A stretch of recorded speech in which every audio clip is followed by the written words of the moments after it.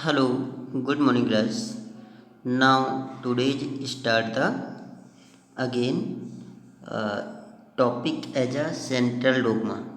Okay, तो हम central dogma के बारे में स्टडी कर रहे हैं। कुछ बेसिक पॉइंट्स हैं, ठीक है। कुछ हम बेसिक पॉइंट पर डिस्कस करेंगे। तो यहाँ पर आप जानते हैं डीएनए से डीएनए का बनना, डीएनए से डीएनए का बनना क्या कहलाता है? रेप्लिकेशन। ओके, और डीएनए से एमआरएनए का बनना, डीएनए से एमआरएनए, एमआरएनए का बनना ट्रांसक्रिप्शन कहलाता है। और ट्रांसक्रिप्शन, ओके, डीएनए से एमआरएनए का बनना ट्रांसक्रिप्शन कहलाता है। आरएनए से डीएनए का बनना रिवर्स ट्रांसक्रिप्शन कहलाता है इन अ वायरस। यूकैरियोटिक सेल की बात है कर रहे हैं, ठीक है। डीएनए से एमआरएनए का बनना यूकैरियोटिक सेल में ट्रांसक्रिप्शन कहलाता है, और रिवर्स ट्रांसक्रिप्शन आरएनए से डीएनए का फॉर्मेशन होता है, ठीक है। आरएनए वायर्ड भी मैंने आपको बताया था, आरएनए वायर्ड क्या होता है। नेक्स्ट ट्रांसलेशन क्या होता है? एमआरएनए से प्रोटीन का बनना, प्रोटीन। तो ये प्रोटीन की बहुत ही आवश्यकता होती है मैसेज को ट्रांसमिट करने के लिए, जो इन्फॉर्मेशन होती है उनको ले जाने के लिए। तो जो इन्फॉर्मेशन मतलब डीएनए से जो मैसेज आता है एमआरएनए में आता है। एमआरएनए और एमआरएनए क्या सिंथेसाइज करती है? प्रोटीन को सिंथेसाइज करता है। एमआरएनए आप जानते हैं जो आरएनए होता है दो टाइप का होता है, एक जेनेटिक होता है, एक नॉन जेनेटिक होता है। तो mRNA is non genetic, mRNA, RNA और टीआरएनए, ठीक है। तो इनके बारे में हम ये क्या करते हैं, तीनों प्रोटीन का सिंथेसाइज करते हैं और प्रोटीन जो सूचना को ले जाते हैं, सूचना वाहक होते हैं, सूचना को फ्लो करता है, ठीक है। ये हमने आपको बताया था। ये स्ट्रक्चर मान लीजिए एमआरएनए है, ये जो स्ट्रक्चर दे रखी है, किसकी स्ट्रक्चर दे रखी है? MRNA, okay. यहाँ पर दे रखा है एमआरएनए, एमआरएनए, मैसेंजर आरएनए। तो इसके बारे में मैंने लास्ट लेक्चर में कुछ बताया भी था। ये एक स्ट्रक्चर से एमआरएनए की, ओके। तो एमआरएनए किससे फॉर्म होता है? From the DNA. MRNA form किससे हो रहा है? डीएनए से फॉर्म हो रहा है बाय द ट्रांसक्रिप्शन प्रोसेस, ठीक है। और डीएनए रेप्लिकेट करता है, डीएनए क्या करता है? रेप्लिकेट भी करता है। और अपने मैंने आपको बताया भी था कि जो टेम्पलेट होता है, डीएनए का टेम्पलेट्स होता है, ये अपने कॉम्प्लीमेंट्री सीक्वेंस बनाता है, कॉम्प्लीमेंट्री टेम्पलेट बनाता है, ठीक है। ये डीएनए का टेम्पलेट्स होगा, ये आरएनए का टेम्पलेट्स होगा। तो यहाँ पर डीएनए से आरएनए बनेगा तो बहुत सारा डिफ्रेंशिएशन होगा। डीएनए में एडनिन होगा, तो एडनिन जैसे मान लीजिए डीएनए में क्या होगा? एडनिन होगा, ठीक है। तो एडनिन किसके साथ पेयरिंग करेगा? आरएनए यूरेसिल के साथ पेयरिंग करेगा, ठीक है, यूरेसिल के साथ। क्लियर हो गया? तो इनमें कुछ डिफ्रेंशिएशन भी है। ये डबल स्ट्रैंड डीएनए होगा, डीएनए की तो डबल स्ट्रैंड होता है, और आरएनए क्या होगा? सिंगल स्ट्रैंड होगा। तो कुछ वेरिएशन भी हमें देखने को मिलता है। तो एमआरएनए की बात कर रहे हैं। एमआरएनए में जो स्टार्टिंग का जो पार्ट्स होता है, एमआरएनए जो जहाँ से प्रोटीन, एमआरएनए क्या है, क्या करता है? प्रोटीन को सिंथेसाइज करता है। तो एमआरएनए का जो स्टार्टिंग पार्ट्स होता है उसे बोलते हैं कैप 5, ठीक है। ये जो रेड लाइक स्ट्रक्चर दिखाई दे रही है, रेड जो रेड वाला पार्ट्स है, तो इसे क्या बोलेंगे? कैप। ये दिख भी रखा है, क्या बोलते हैं? कैप कहते हैं, कैप 5, ठीक है, 5 कैप 5, इसे कैप रीजन कहते हैं, रेड वाले को।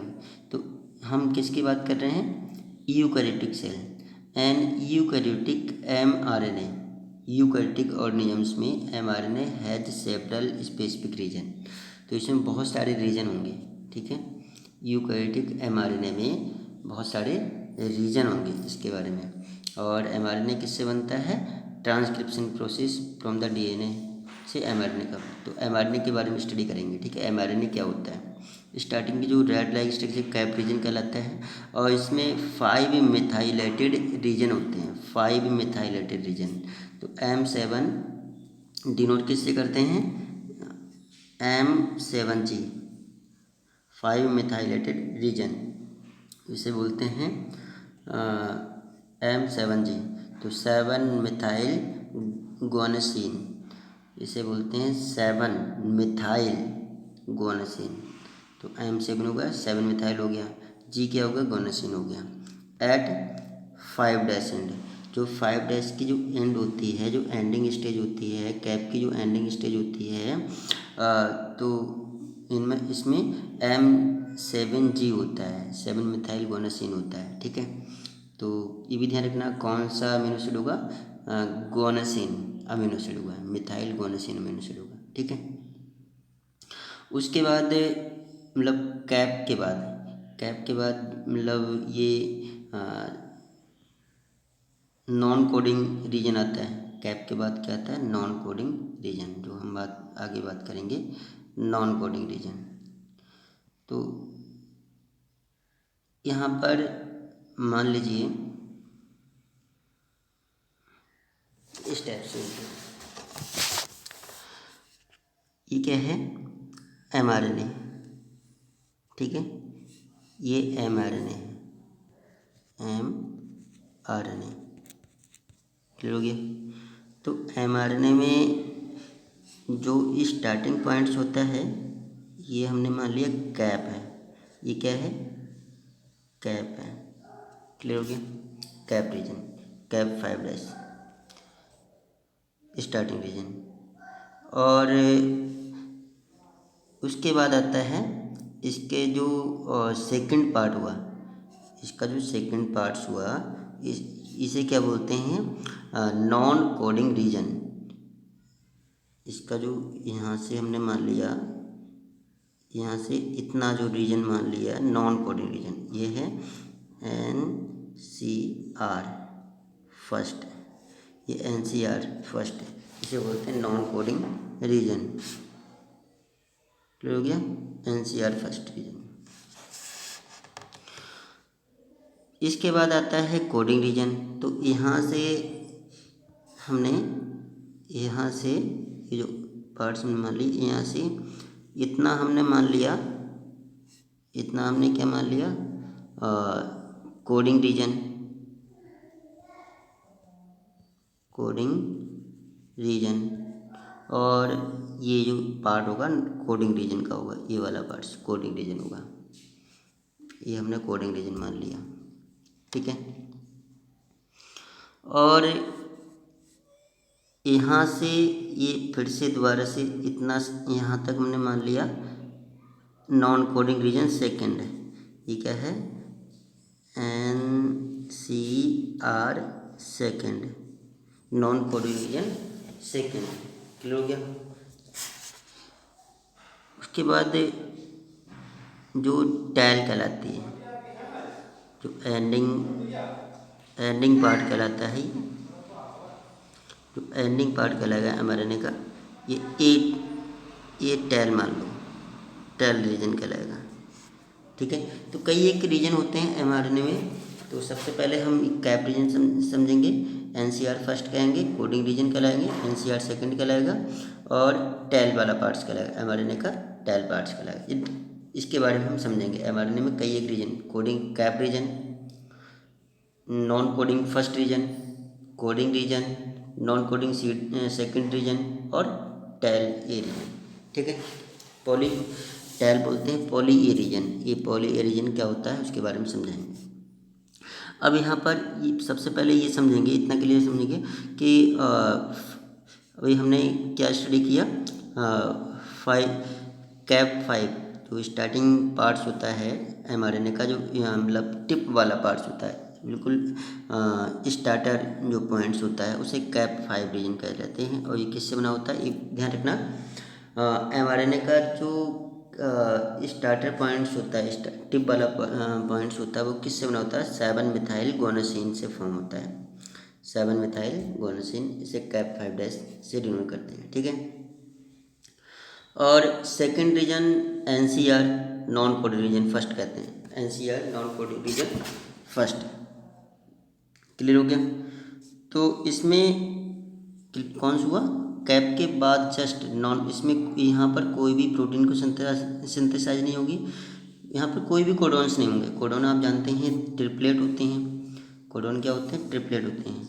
जैसे हमने मान लिया AUG, ये क्या है, एक ट्रिपलेट कोडॉन है, जेनेटिक कोडॉन से, जेनेटिक कोड है, ठीक है।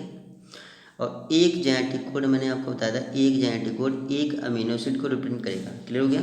एक जेनेटिक कोड कोई एक अमीनो एसिड, ये मतलब स्टार्टिंग कोडॉन्स हैं। प्रोटीन का सबसे फर्स्ट अमीनो एसिड का कोडॉन्स होगा मेथियोनिन। तो AUG सबसे पहले, चाहे कोई सी भी प्रोटीन हो वो AUG से ही स्टार्ट होगा। AUG मेथियोनिन अमीनो एसिड से बना होगा।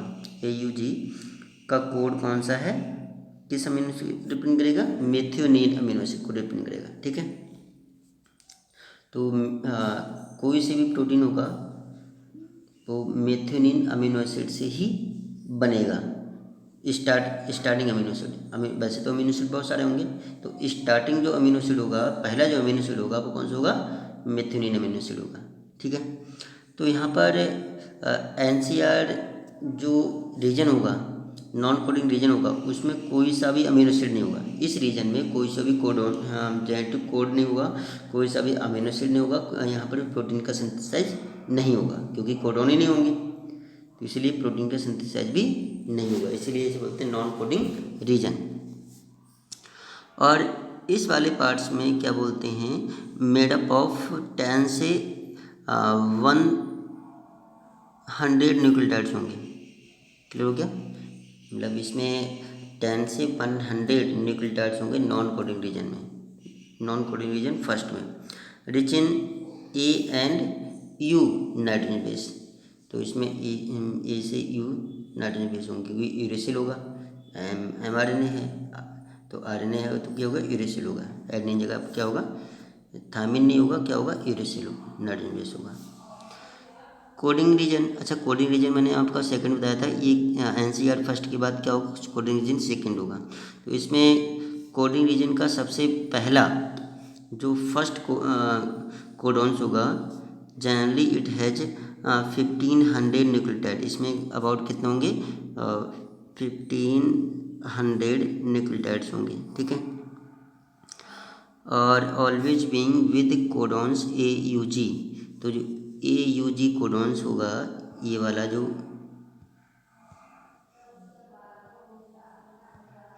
AUG जो कोडॉन्स होगा, ये स्टार्टिंग कोडॉन्स होता है। तो यहाँ पर जो यहाँ से स्टार्ट हो रहा है, इस वाले रीजन से स्टार्ट हो रहा है कोडिंग रीजन, तो यहाँ पर कोडॉन कौन सा होगा, यहाँ पर कोडॉन कौन सा होगा, AUG होगा कोडॉन, स्टार्टिंग कोडॉन। इसे स्टार्टर कोडॉन भी कहते हैं और स्टार्टिंग कोडॉन भी कहते हैं, ठीक है। तो यहीं से प्रोटीन सिंथेसाइज होगी।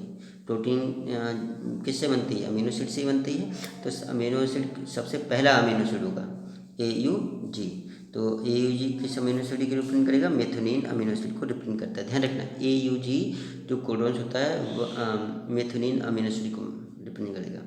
और मैंने आपको पहले बता चुका हूँ कि एक जेनेटिक कोड एक अमीनो एसिड को रिप्रेजेंट करता है।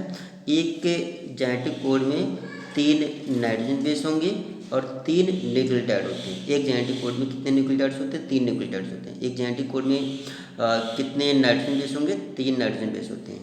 और एक जेनेटिक कोड एक अमीनो एसिड को रिप्रेजेंट करता है। तो स्टार्टर अमीनो एसिड या स्टार्टिंग अमीनो एसिड कौन सा होता है, AUG मेथियोनिन अमीनो एसिड, ठीक है। एंडिंग अमीनो एसिड, तो कोडिंग रीजन में जो एंडिंग अमीनो एसिड होगा, एंडिंग पॉइंट होगा कोडिंग रीजन का, तो एंडिंग पॉइंट में कौन कौन कौन से अमीनो एसिड होते हैं या जेनेटिक कोड होता है? UAA, UAG, UGA, तीन होंगे। ठीक है, ये थ्री जेनेटिक कौन से होंगे? जेनेटिक कोड होते हैं, तीन जेनेटिक कोड, इन्हें क्या बोलते हैं?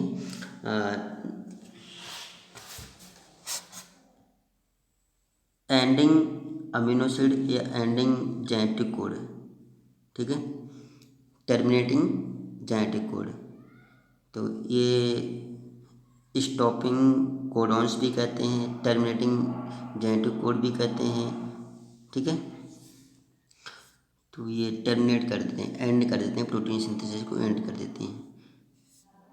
नौ, ये इसके बाद the coding region has information of protein chain formation, तो ये क्या करते हैं? प्रोटीन चेन फॉर्मेशन में हेल्प करते हैं। क्लियर हो गया? तो यहाँ पर NCR सेकेंड रीजन, तो ये कैप 5 कहलाएगा, इतना यहाँ से यहाँ तक ये जो पार्ट कहलाता है ये NCR फर्स्ट कहलाता है। ये UG क्या करते हैं? स्टार्टिंग कोडिंग, ये यहाँ से यहाँ तक ये कोडिंग रीजन कहलाएगा। तो स्टार्टिंग अमीनो एसिड कौन सा है? मेथिओनिन अमीनो एसिड, तो मेथिओनिन अमीनो एसिड को कौन सा कोड रिप्रेजेंट करेगा? AUG। ठीक है, और एंडिंग अमीनो एसिड या टर्मिनेटिंग अमीनो एसिड बोलते हैं, टर्मिनेटिंग, तो कौन सा होगा? UAA। तीन अभी 3 मैंने बताए थे, एक तो UAA, UAG और UGA। तो स्टॉपिंग कोडॉन्स ध्यान रखना, स्टार्टिंग कोडॉन्स और स्टॉपिंग कोडॉन्स कौन कौन से होते हैं ये आ जाते हैं।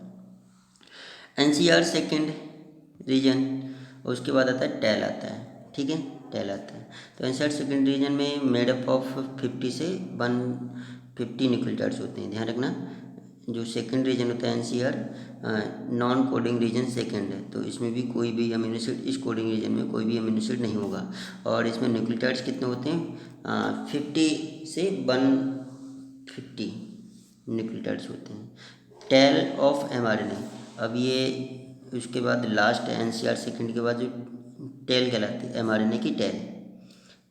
ठीक है, टेल ऑफ mRNA या पॉली ए रीजन, इसे पॉली ए रीजन भी कहते हैं, poly A region, poly A या टेल ऑफ mRNA बोलते हैं। Poly A region, it is poly adenylic acid, तो यहाँ पर एडिनाइलिक एसिड बहुत सारे होंगे। जो mRNA की टेल होती है तो एडिनाइलिक एसिड बहुत सारे होते हैं, इसलिए पॉली ए कहते हैं। एडिनाइलिक मीन्स ए और पॉली मीन्स बहुत सारे, तो इनकी टेल में बहुत सारे एडिनाइलिक एसिड का सीक्वेंस होता है, और इसमें और 100 to 200 न्यूक्लियोटाइड्स होते हैं। All the having adenine base, इनमें सभी में एडेनिन बेस होते हैं, इसे एडिनाइलिक एसिड भी होते हैं। ठीक है, तो इसमें मैंने ये वाला mRNA के बारे में समझा। ठीक है, तो NCR, तो ये कैप रीजन कहलाएगा। NCR फर्स्ट रीजन, इसमें कोई भी अमीनो एसिड नहीं होते। ये नॉन कोडिंग रीजन फर्स्ट कहलाएगा। कोडिंग रीजन ये स्टार्टिंग अमीनो एसिड से और एंडिंग, तो स्टार्टर कोडॉन्स ये कहलाएगा और एंडिंग कोडॉन्स, स्टॉपिंग कोडॉन्स ये कहलाते हैं। ठीक है, नॉन एसेंशियल अमीनो एसिड। और NCR सेकेंड, ठीक है, NCR सेकेंड में होता है 50 से 150 न्यूक्लियोटाइड्स होते हैं। और टेल पॉली ए कहते हैं, पॉली ए क्या होता है? एडेनाइलिक एसिड होता है। ठीक है, नोट हम देखते हैं,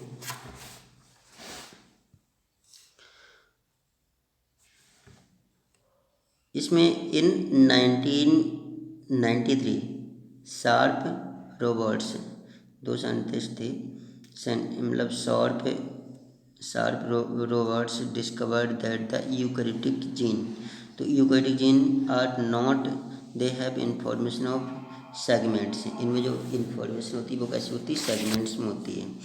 मान लीजिए ये mRNA है, क्या है? mRNA है।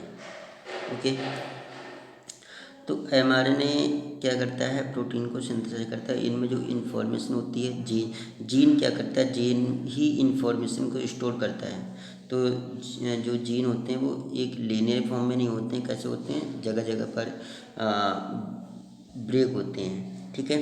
तो इन्फॉर्मेशन जीन में स्टोर होती है। इन्फॉर्मेशन कहाँ स्टोर होती है, जीन में स्टोर होते हैं। और जीन कैसे होते हैं, इरेगुलर फॉर्म में होते हैं। तो मान लीजिए ये यहाँ पर क्या, एक जीन यहाँ पर है, ठीक है, यहाँ पर इन्फॉर्मेशन स्टोर्ड है, यहाँ पर इन्फॉर्मेशन स्टोर्ड है। तो ये काम की इन्फॉर्मेशन है, होगी तो इस रीजन में भी इन्फॉर्मेशन होगी, लेकिन ये बगैर काम की इन्फॉर्मेशन, इनका कोई भी काम नहीं है।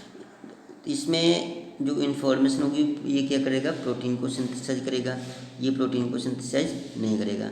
फिर से ये अमीनो एसिड है, इसमें भी जो इन्फॉर्मेशन होगी स्टोर होगी वो सही इन्फॉर्मेशन स्टोर होगी, और ये क्या करेगा, प्रोटीन को सिंथेसाइज करेगा, और ये भी प्रोटीन को सिंथेसाइज नहीं करेगा। तो ये known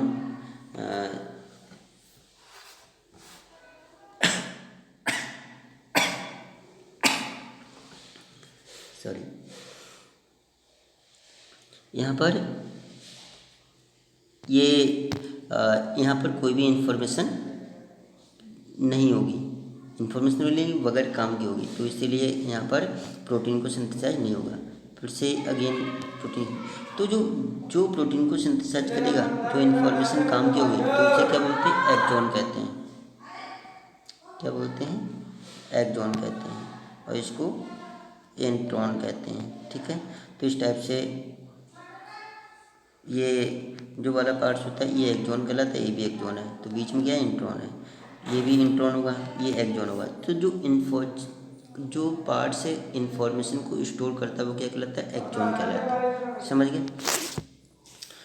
the segment which are having information for protein formation, ठीक है, मतलब ऐसा mRNA जहाँ पर इंफॉर्मेशन होगी और जो प्रोटीन को सिंथेसाइज करेगा उसे एक्सॉन कहेंगे, और जिस पार्ट्स में प्रोटीन सिंथेसाइज नहीं होगी, इंफॉर्मेशन स्टोर नहीं होगी, उसे क्या बोलते हैं, इंट्रॉन कहते हैं। समझ गए। यहाँ पर भी प्रोटीन सिंथेसाइज होगी और इंफॉर्मेशन स्टोर होगी, एक्सॉन कहलाएगा, ये भी एक्सॉन कहलाएगा, ठीक है। तो ये एक्सॉन कहलाता है, जहाँ पर इंफॉर्मेशन स्टोर होगी, प्रोटीन सिंथेसाइज करेगा, उसे एक्सॉन कहते हैं, और जिस पार्ट्स में प्रोटीन सिंथेसाइज नहीं होगी, इंफॉर्मेशन स्टोर नहीं होगी, उसे क्या बोलते हैं, इंट्रॉन कहते हैं। क्लियर हो गया, एक्सॉन और इंट्रॉन। तो एक्सॉन किसे कहते हैं और इंट्रॉन किसे कहते हैं, ये यूकैरियोटिक सेल की बात कर रहे हैं। और स्प्लिट जीन किसे कहेंगे, मतलब स्प्लिट जीन क्या होते हैं, hence eukaryotic gene are made up of exon और इंट्रॉन। समझ गए। जो स्प्लिट जीन होते हैं यूकैरियोटिक सेल में, वो किससे बने होते हैं, एक्सॉन और इंट्रॉन दोनों से मिलकर बने होते हैं, उसे क्या बोलते हैं, स्प्लिट जीन कहते हैं। एक्सॉन और इंट्रॉन दोनों से मिलकर बना होना क्या कहलाता है, स्प्लिट जीन। तो स्प्लिट जीन किस में होते हैं, ओनली यूकैरियोटिक सेल में होंगे, प्रोकैरियोटिक सेल में नहीं होगा। प्रोकैरियोटिक सेल में इंट्रॉन नहीं होते हैं, प्रोकैरियोटिक सेल में इंट्रॉन नहीं होते हैं। जो एक्सॉन होते हैं वो सीक्वेंस में होते हैं, इतना ध्यान रखना है। एक्सॉन कैसे होते हैं, सीक्वेंस में होते हैं, और इंट्रॉन नहीं होते प्रोकैरियोटिक सेल में। ओनली यूकैरियोटिक सेल में एक्सॉन और इंट्रॉन होते हैं। इस टाइप से अरेंजमेंट होता है, ठीक है। तभी प्रोटीन को सिंथेसाइज करते हैं। अब बात करते हैं जो यूकैरियोटिक सेल में जगह जगह पर क्या होते हैं, इंट्रॉन होते हैं। यूकैरियोटिक सेल में जगह जगह पर क्या होते हैं, इंट्रॉन होते हैं, ठीक है। तो इस टाइप के आरएनए को, क्योंकि डीएनए से आरएनए बनता है, तो इस एमआरएनए बनता है, तो इस टाइप के जहाँ क्या होगा, एक्सॉन भी होगा, इंट्रॉन होगा, ठीक है, इंट्रॉन होगा, एक्सॉन होगा, फिर इंट्रॉन होगा, ठीक है। तो इस टाइप से किस में होता है, यूकैरियोटिक सेल में होता है। और इस टाइप के एमआरएनए को क्या बोलते हैं, एचएनआरएनए कहते हैं। क्या कहते हैं, एचएनआरएनए। समझ गए। इस टाइप के आरएनए को एचएनआरएनए कहते हैं। क्लियर हो गया।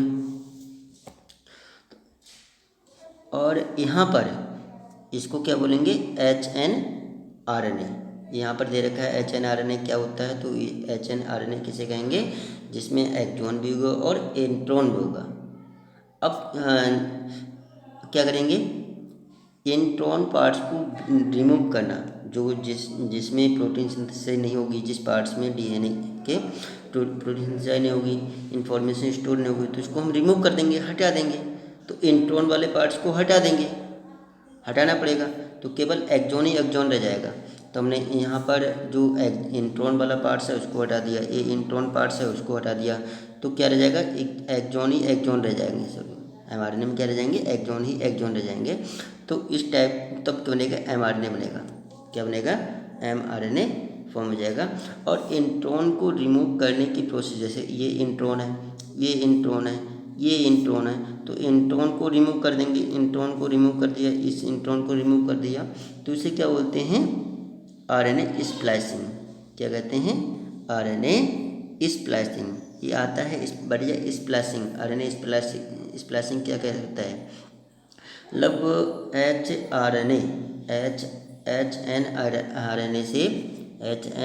से क्या रिमूव करना, इंट्रॉन को रिमूव करना, क्या कहलाता है, एक्चुअल mRNA का फॉर्मेशन होता है। समझ गए।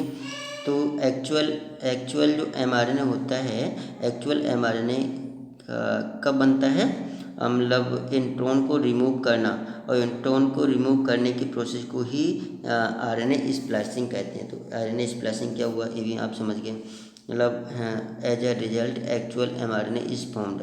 तो एक्चुअल mRNA कब बनता है,